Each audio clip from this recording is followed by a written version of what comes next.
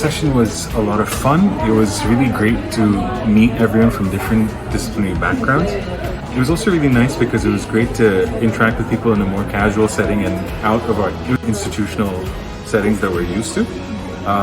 And it was great to see how people are tackling this idea of data governance and smart cities, but looking at it from different perspectives. So we had engineers, we had urban studies people, we had computer studies people, we had disciplinary sort of, hybrid people from all over the place.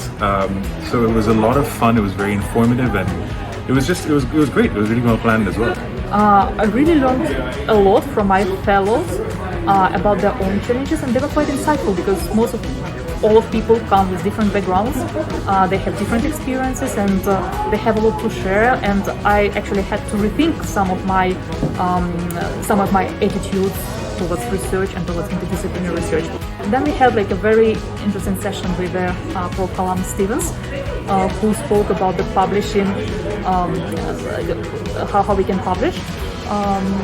It was good to hear about the personal experience and to get some hints on how we can publish not only in academic journals but also somewhere outside, which is really very applicable for interdisciplinary studies and interdisciplinary students.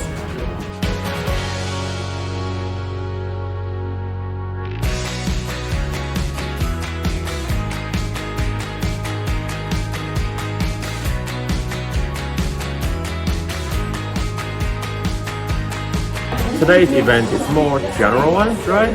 But in the future, maybe we can, in advance, we can decide some topics or even some specific papers we will try to discuss.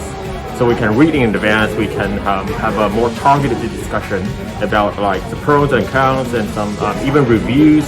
So we can provide suggestions or feedback to the papers right by ourselves, so how we can improve our research outcomes.